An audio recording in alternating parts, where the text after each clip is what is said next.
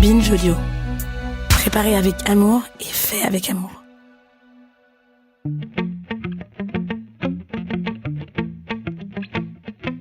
Salut, c'est Thomas Rozek. Même à moi qui ne suis pas un amateur acharné de la foule et de la fréquentation de mon prochain, l'absence totale de possibilité de se rassembler commence à peser. Alors j'ose à peine imaginer ce qu'il en est pour celles et ceux dont c'est la passion, voire le métier, voire les deux. Par exemple, les organisateurs et exposants dans les salons. L'idée nous est venue en apprenant l'annulation pour la 2e année consécutive du traditionnel salon du livre, de nous interroger pas tant sur le ressenti de celles et ceux qui les fréquentent, mais plutôt sur la raison d'être de ces rassemblements qui peuvent être à la fois très populaire et très pointu. C'est Inès Guiza qui s'est chargée d'aller poser la question et qui est aux commandes de notre épisode du jour. Bienvenue dans Programme B. Fidèle au rendez-vous d'octobre, le salon de l'auto a ouvert ses portes. Alors le salon de l'agriculture on connaît, c'est du bétail entassé dans un hangar. Le salon du livre de Paris ouvre ses portes aujourd'hui au public. Quand on me dit salon, je pense d'abord aux visites annuelles des politiques dans la plus grande ferme de France. Vous l'aurez peut-être deviné, c'est le salon de l'agriculture. Et dans ce salon, les politiques ont souvent sorti le grand jeu, quitte à devenir les acteurs de scènes mythiques. Au détour d'une allée, le chef de l'État s'est même vu offrir une poule. Il y a l'attaque de l'œuf qu'a subi Emmanuel Macron en visite du salon en 2017, ou encore la phrase pleine de poésie de Jacques Chirac. Ça, ce ne sont pas des bovins, c'est des chefs-d'œuvre. Mais le monde du salon est bien plus vaste. Il y a des salons aux thématiques très précises, manga, jeux vidéo, mariage, et le salon de l'érotisme. On y trouve aussi des thématiques moins conventionnelles, comme le salon du livre comestible. Oui, ça existe. Bref, les salons, il y en a pour tous les goûts, ou du moins, il y en avait pour tous les goûts. Avec la situation sanitaire qui ne s'améliore pas, la majorité des salons sont annulés ou reportés.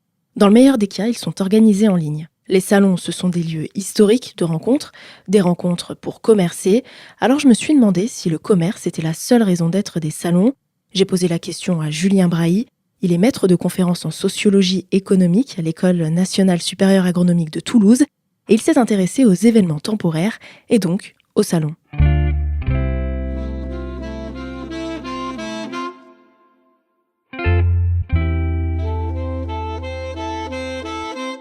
Les salons français ont historiquement eu du succès.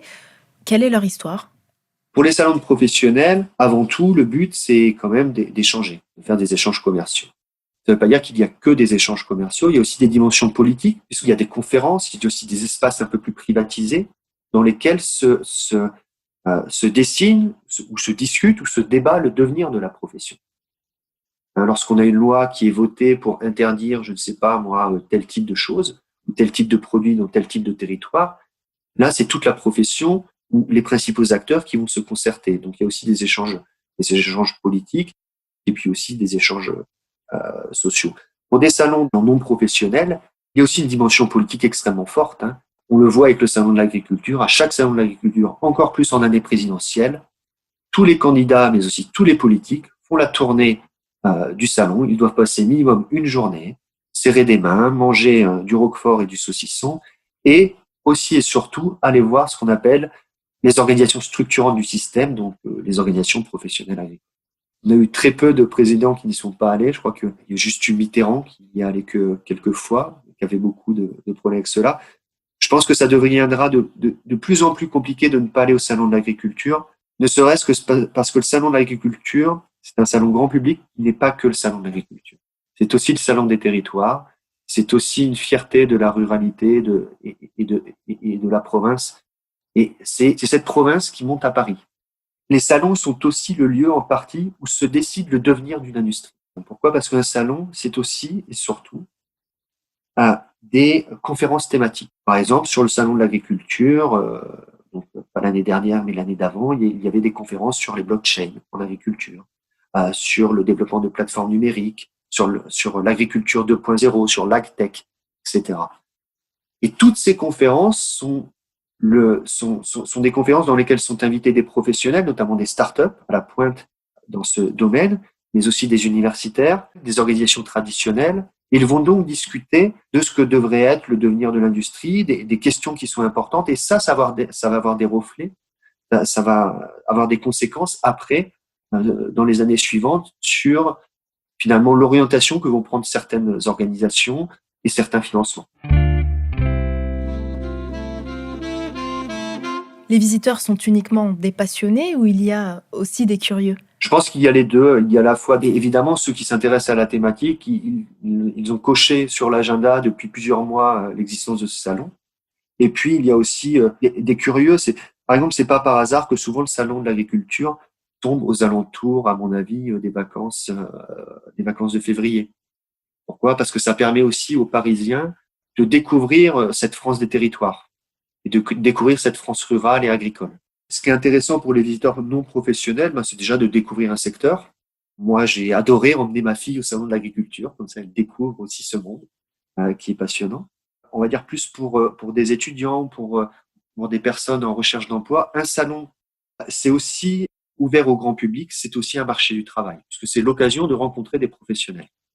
Donc c'est l'occasion aussi de se construire un carnet d'adresses, de comprendre les bonnes pratiques, de comprendre aussi le vocabulaire, puisque lorsqu'on pénètre un milieu, il y a toujours un vocabulaire bien spécifique. Un salon, c'est un moyen pendant 2-3 jours pour un professionnel, pendant une journée pour un visiteur, de se faire une idée de l'ensemble de l'écosystème, à la fois des concurrents, des offres alternatives, de produits qu'on n'aurait pas imaginés, etc. Et il y a une dimension presque de sérendipité dans un salon. Quand on se balade dans un salon, on découvre des choses au fur et à mesure de notre parcours. Et je pense que c'est tout l'intérêt de réunir sur un même lieu, pendant quelques jours, l'écosystème d'une industrie. Alors, bon, c'est pas tout l'écosystème, mais c'est les principaux acteurs. Pour les professionnels, un salon, c'est essentiel parce que c'est un moyen d'initier dans un premier temps les relations commerciales. Pour initier une relation commerciale, c'est toujours mieux de se voir. Évidemment, ils se voient pour des dimensions économiques. Donc, ce sont avant tout des interactions économiques entre organisations. Et ces interactions économiques ne sont possibles que parce qu'il y a une interconnaissance sociale des événements annexes au salon. C'est-à-dire le soir, tout le monde se rencontre au resto, va ensemble danser sur un bateau, etc., etc. Déjà, pour aller à un salon, tous les vendeurs français qui vont à un salon, ils prennent le même avion. Et comme ils vont au même salon, dans l'année, ils vont à 4-5 salons. Ils repartent après avec le même avion. Ce sont des gens qui se connaissent en permanence. C'est-à-dire qu'on ne peut pas faire défection. Notamment, plus on est petit, plus on a besoin du soutien de nos concurrents. Sans le soutien de nos concurrents, on ne pourra pas résister aux stratégies relativement agressives des plus forts. Seulement 5% des événements au sens large ont pu avoir lieu l'année dernière. Certains salons ont proposé une édition en ligne. Est-ce que cette pratique du salon virtuel va se généraliser au détriment des salons traditionnels? Je pense qu'un salon en distanciel n'a pas de sens. Après, peut-être qu'il y aura un peu moins de salons. On aurait pu penser, et certains avaient pensé, à la fin des années 90, que les salons allaient reculer en raison du développement des nouvelles technologies. Parce que le but d'un salon, en fait, c'est de se rencontrer. On n'a pas besoin d'un salon pour se rencontrer. Mais pourtant, on observe presque une corrélation parfaite entre une utilisation de plus en plus massive de ces nouvelles technologies avec un développement de plus en plus massif de ces salons. Donc, ça montre bien que pour faire du business, pour des questions politiques, pour des questions de marché du travail, pour des questions d'interaction sociale, on a besoin de se rencontrer, peut-être pas pendant 3 mois, mais au moins régulièrement, tous les 3 mois, tous les 6 mois, tous les ans, pendant 1 jour, 2, 3 jours.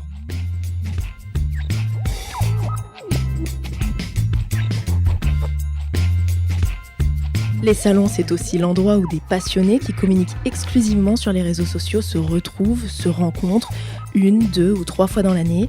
C'est le cas des salons de culture geek.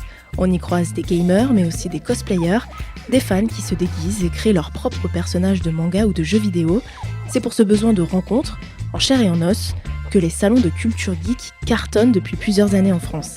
Et c'est David Perron qui m'en parle. Il est maître de conférences en sciences de l'information et de la communication à l'université d'Aix-Marseille et spécialiste de la culture geek.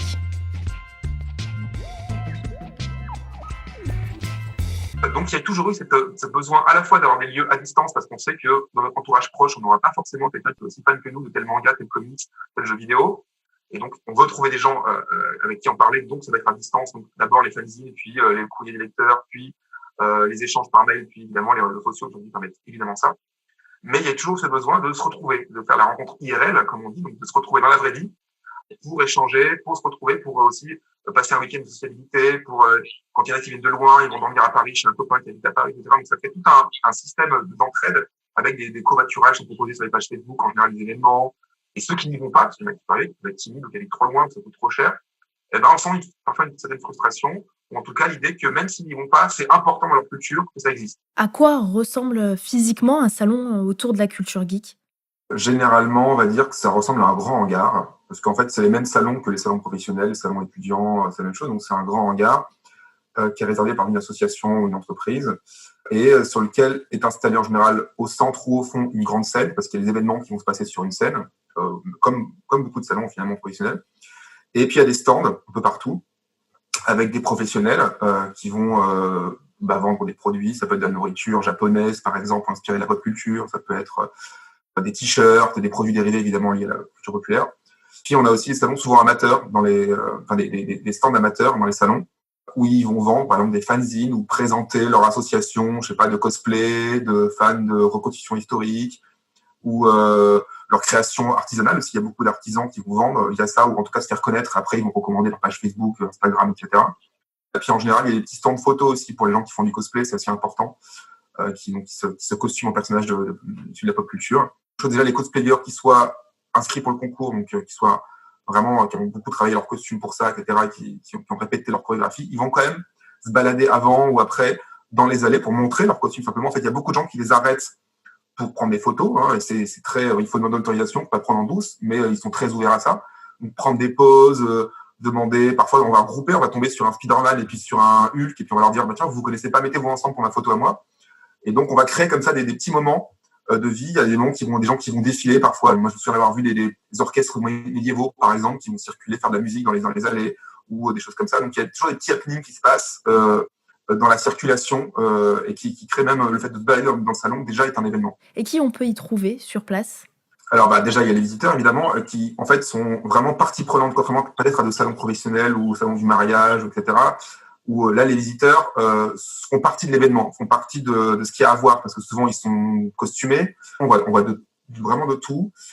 Contrairement aux clichés de la culture geek classique, on voit surtout beaucoup de filles, de femmes qui sont là et qui justement montrent leur costume ou qui participent ou qui viennent voir. Donc ça, c'est vraiment pas qu'un truc de garçon, contrairement à la vieille idée mais qui est en train de changer, que la pop culture, en tout cas geek, sera un truc de garçon.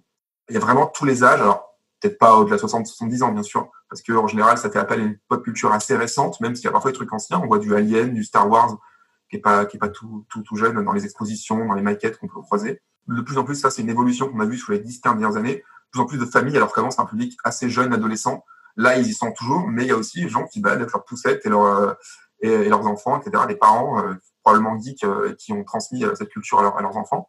Et puis, parfois des chercheurs aussi, des universitaires, qui de plus en plus interviennent dans l'endroit. Et puis, en général, dans la plupart des conventions, il y a des petits concours de cosplay notamment, avec un défilé sur scène, avec une mise en scène, une musique, avec un jury qui est en général des cosplayers ou des cosplayeuses un peu connus, qui vont remettre des prix. Et ça, c'est vraiment un événement assez central. Il peut y avoir aussi des concours de jeux vidéo sur scène, des concours de danse, notamment avec Just Dance, très souvent dans les salons, ou des joueurs de jeux vidéo professionnels qui vont montrer leur meilleure partie de StarCraft, de League of Legends, etc.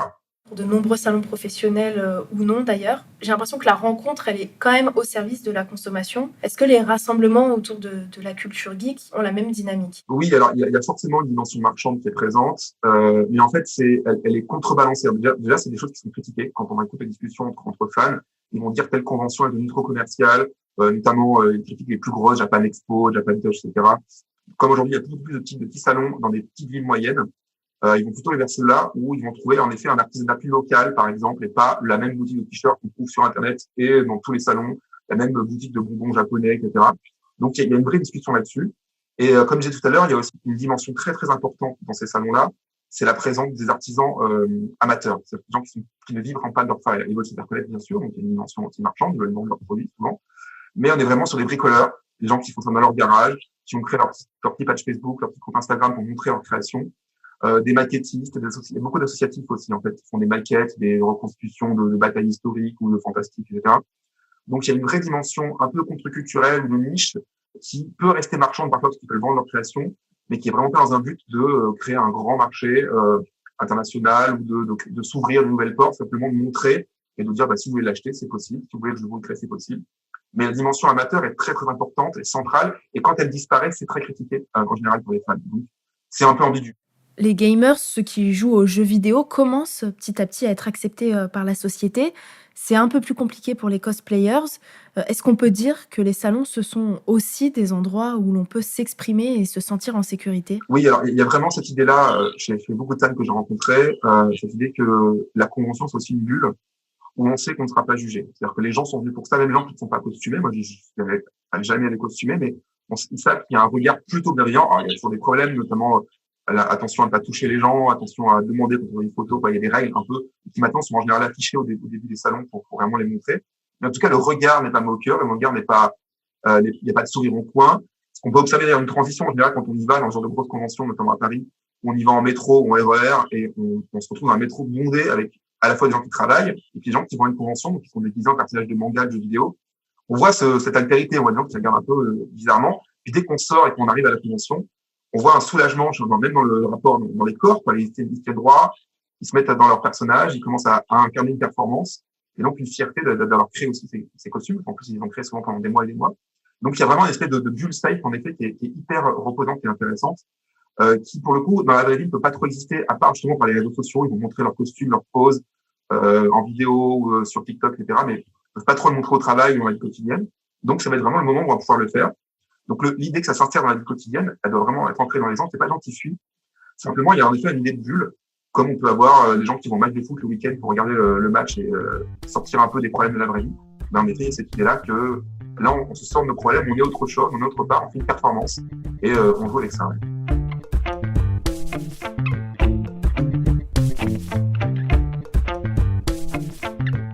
Merci à Inès Guiza et à ses invités pour cet épisode de Programme B, qui est un podcast de Binge Audio préparé par Lauren Bess et réalisé par Arsène Genet. Abonnez-vous sur votre appli de podcast préféré pour ne manquer aucun de nos épisodes, Facebook, Twitter, Instagram pour nous parler, et à demain pour un nouvel épisode.